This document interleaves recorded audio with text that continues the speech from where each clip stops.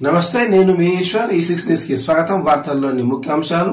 మూసీ సుందరీకరణ కోసం సంబంధించి డీటెయిల్ ప్రాజెక్టు రిపోర్టు తయారు కాలేదని, ప్రపంచ బ్యాంకు నుంచి ఎలాంటి సాయం అభ్యర్థించలేదని సీఎం రేవంత్ రెడ్డి తరపున మంత్రి శ్రీధర్ బాబు తప్పుడు సమాచారం ఇచ్చారని బీఆర్ఎస్ ఎమ్మెల్సీ కల్వకుంట్ల కవిత పేర్కొన్నారు.